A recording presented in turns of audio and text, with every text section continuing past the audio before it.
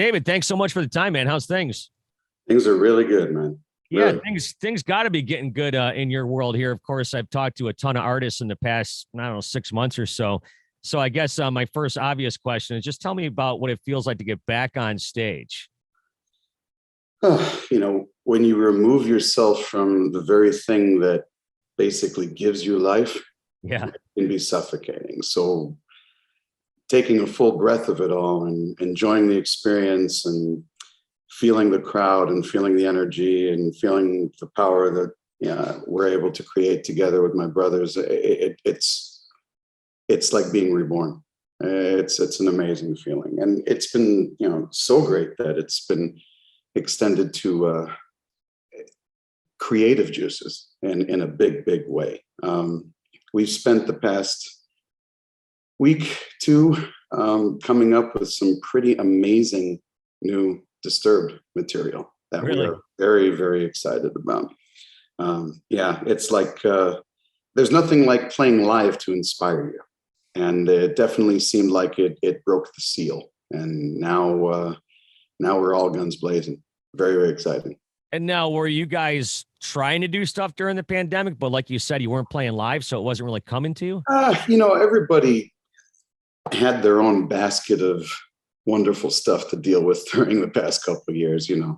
I think that we needed to spend more time focusing on our families for ourselves during that particular period of time. We didn't have a whole lot of ability to come together as a band to create. There was just too much going on in everybody's respective situations. So now that the smoke is clearing and things are starting to crawl back towards some sense of normalcy, together with again re-embracing the live experience, it's very refreshing, and we couldn't be more inspired.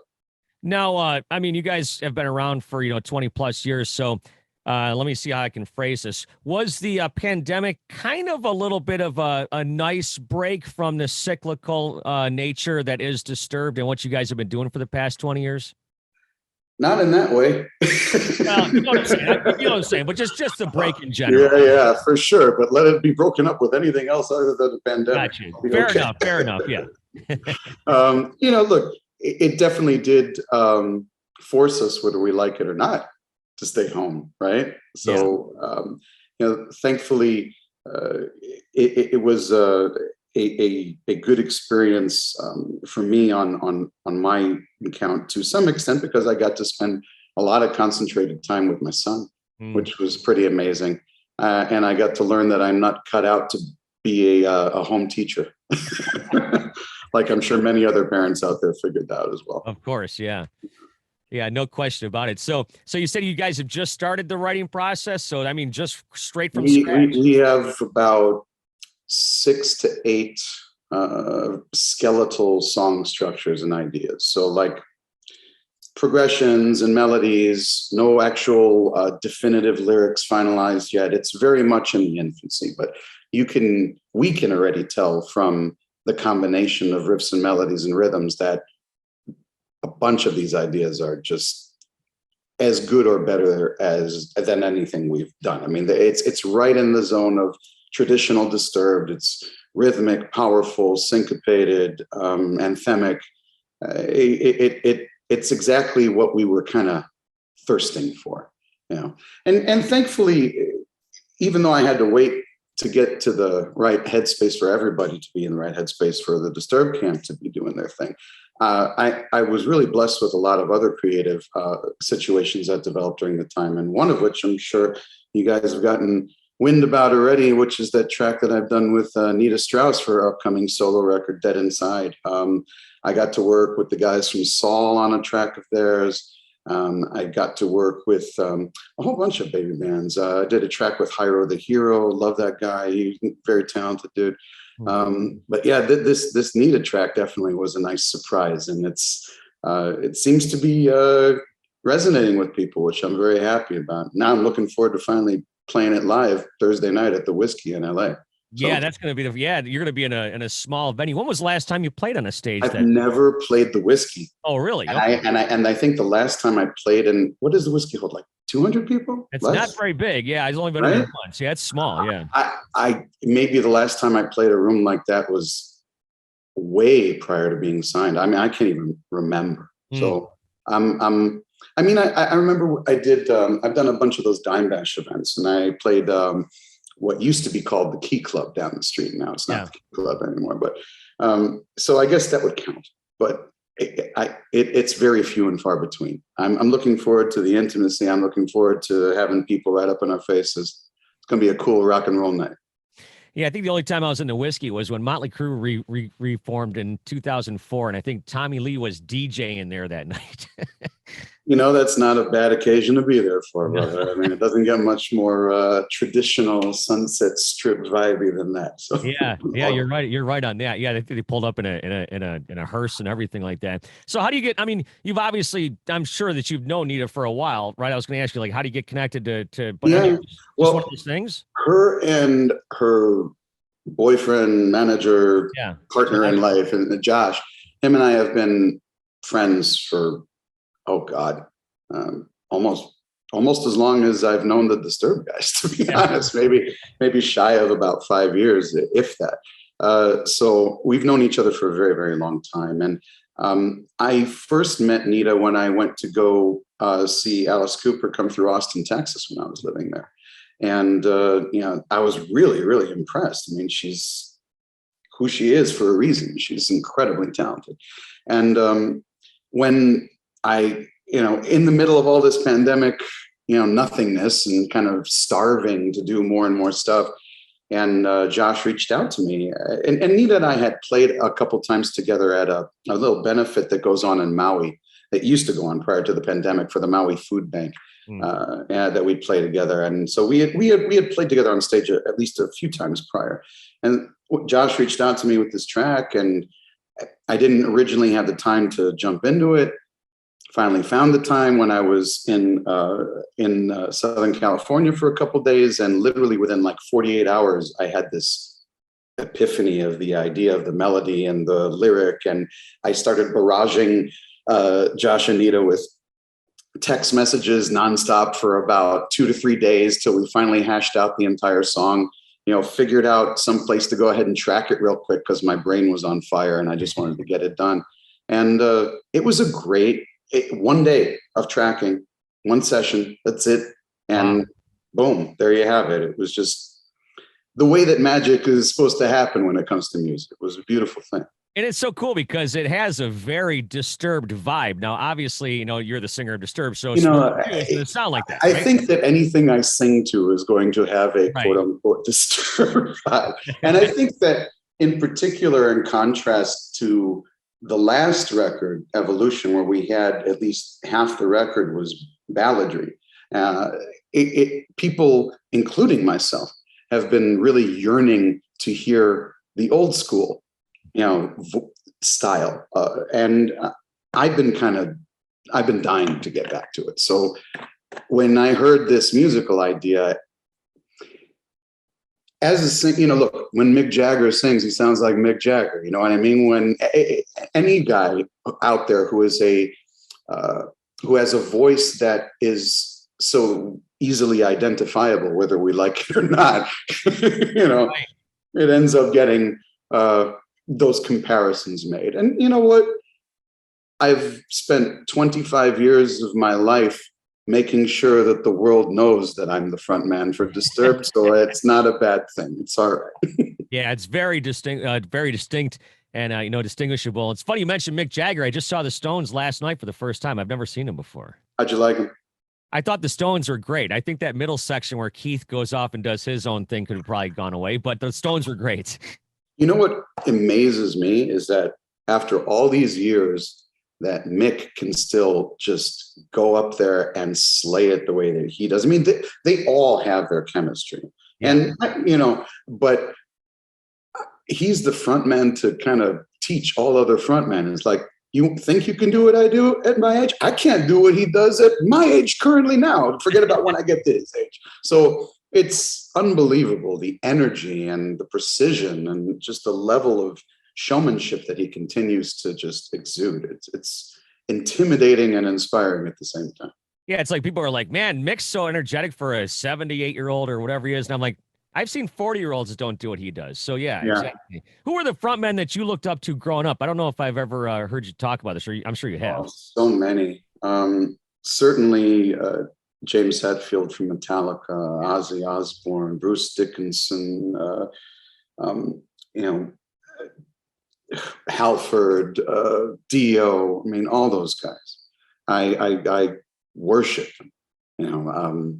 But there were also guys that were not necessarily from the world that you would expect me to pick from, like guys like Robert Smith from The Cure, or Morrissey from the Smiths, or Dave Gahan from Depeche Mode. I mean, or like or Johnny Rotten from the Sex Pistols. I mean, I brought a whole bunch of those guys into my world of inspiration. Mike Patton from Faith No More, huge inspiration to me, and even current colleagues of mine who I think don't get quite as much credit as they deserve for having inspired a whole generation of vocalists, guys like Jonathan Davis from Korn and even Corey Taylor from Slipknot.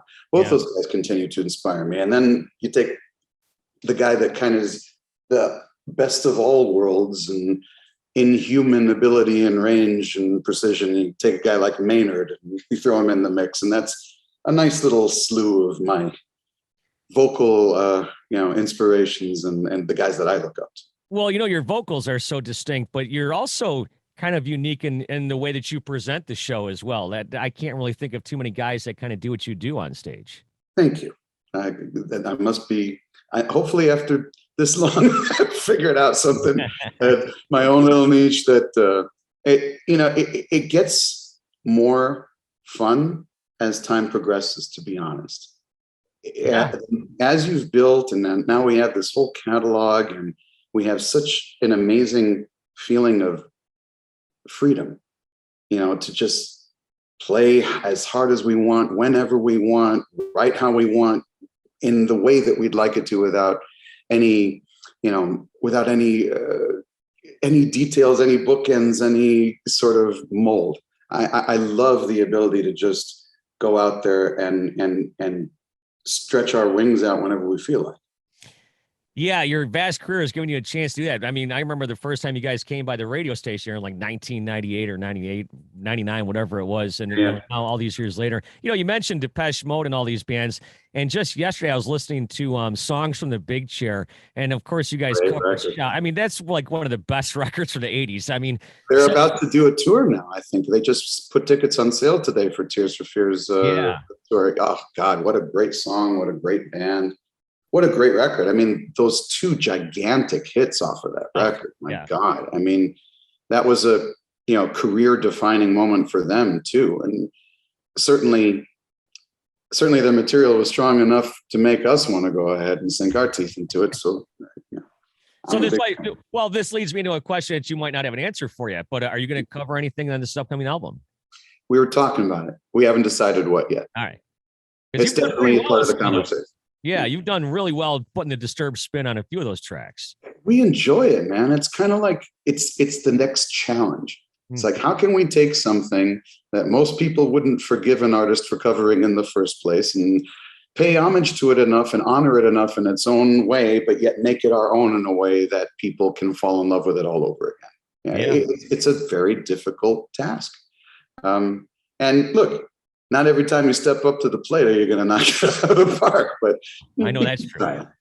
Yeah, you keep trying for sure. And I mean, even a song like Sound of Silence, that was a monster hit for you guys. I mean, you guys couldn't have imagined that, could you? No. I mean, we definitely felt what our version of it, did to people. We felt it before we ever released it. We felt it before we even played it for the label. We didn't know how anybody was going to react to it. We knew how we reacted to it. And we knew that it elicited this amazing emotional response in every single one of us, and in a way that we hadn't tapped into before. So even though we I'm still in shock of how far it continues to resonate, of how many different situations it ends up becoming adaptable to, and how timeless the song in and of itself, how timeless Paul Simon's original construct is, that you can take it this far. It's brilliant, and I'm just very, very humbled to have been a part of the whole experience.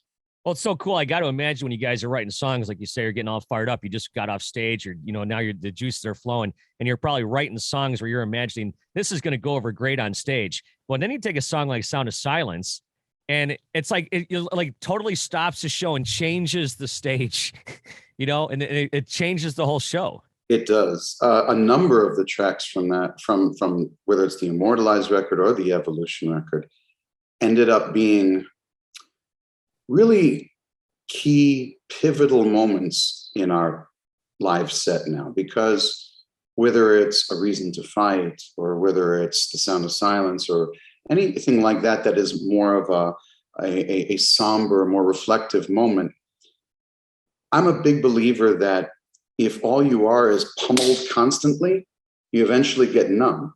Yeah. And it doesn't feel the same. You need to have a little calm in the storm, something for you to recognize that you're about to get bludgeoned again, or something to take away the ferocity of the moment and make you feel a little bit more. And it was always incredible to me, during the Evolution tour in particular, to have a whole arena full of badasses all of a sudden start shedding tears, and I was with them in that emotional moment. I think that emotional roller coaster, again, like I said, makes the highs higher and the lows lower, and it just makes for a more enjoyable ride. Yeah, for sure. It's like a nice roller coaster for sure when you go to see a Disturbed show. A couple more things here for you. I know that you guys opened up the Hard Rock in Indiana, a few weeks ago. I was just talking with Frank Bello just a few minutes ago, and he was at Rock over the weekend. Yeah, Frank says hello and stuff. I told Frank, I said, dude, I'll never forget walking into the what's that? The Key Club, or what's that place? The Blues Brothers place in Las Vegas, and I saw you in the yeah, I saw you in House of Blues. Yeah. And I saw you in the lobby before a Steel Panther show. And I said, hey, David, are you going to go and join the band on stage? No. And like an hour later, you're singing Pour Some Sugar on Me. Yeah. 6 drinks in and and 2 joints later. Yeah. That's funny how never say never, but especially with those guys. I love those guys. I go back with those guys, I'm maybe 20 years. Right. When before they were Steel Panther, they were a band called Metal Shop. Metal Shop, yeah. Yeah, and it was at the Viper Room, way back in the day. And everybody and anybody used to show up for the party, and I was always the host of the after hours. And so we had this nice little camaraderie going on for many, many years. And there's just a huge amount of love and mutual respect. I love those guys.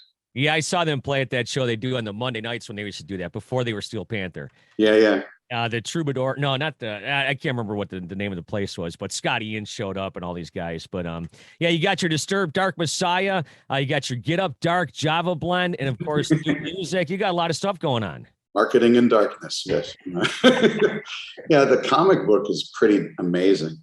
I'm an old comic book guy, and I'm a big I'm a gamer and all those things. And so this kind of stuff really gives the little inner nerd in me a little extra excitement. I love it. I get a nerdgasm over that. It's good stuff. And the coffee, that was Mikey's baby. He's Mr. Coffee, and don't get me wrong, I'm a big coffee fan too, but Mikey's into coffee in a way that I don't quite understand. It's a different level of appreciation. So we let him have that baby. And I've tried it. It's amazing. If it does something great, if it doesn't, it'll help wake us up during the tour. So it's all good. Well, there you go. Well, one last thing here. I've always wanted to ask you this. I don't know why I never have, but when Christmas comes around, I don't know if you know where I'm going with this, but we play, of course, Christmas songs or whatever. And there was a local guy here many years ago, 10, 12, 15 years ago. I'm not even exactly sure how many. He did this song, Get Down with the Christmas. And it is one of the most requested songs that we play in Christmas. Have you ever heard that? I think it's been played for me before. I'm Okay, pretty all right. sure. Yeah. Look, I continue to be flabbergasted by the amount of versions and the amount of mimicry and I mean, all over the place. I'm glad that what we've done and what I've done can bring so many people so much joy in so many different ways. I mean, it's all good. I think it's still just shocking to me to see where it all goes. So. Well, it's funny because we play all the classics, the Cheech and Chong, and you name the Christmas song. Yeah.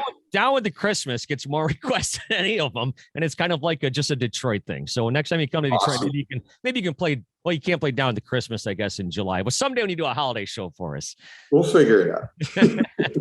Well, David, thanks so much for the time, man. Good to see you guys back on stage. Of course, that new track with Nita, like you were just talking about, and looking forward to some new stuff in 2022. I'm assuming whenever that comes out. Oh yeah, we're looking forward to it as well. All right, always great to see you. Thank you so much. Take care, bro.